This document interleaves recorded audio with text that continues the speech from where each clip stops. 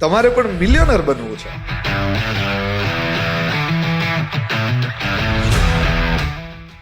શું તમારે પણ સ્થિર લક્ષ્મીની અસીમ કૃપા તમારા ઘરમાં લાવી છે?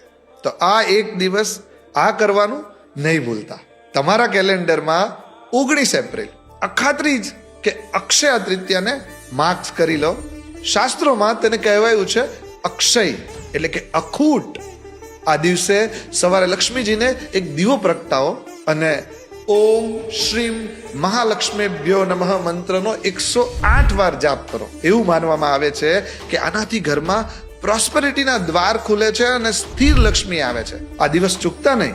અને આ વિડીયો દરેક તમારા ફ્રેન્ડ્સ અને ફેમિલીને શેર કરો કે જેને તમે પ્રોસ્પરસ જોવા માંગતા હોય, જેના ઘરમાં તમે સ્થિર લક્ષ્મીની કામના કરતા હોય. હેપી અક્ષય તૃતીયા.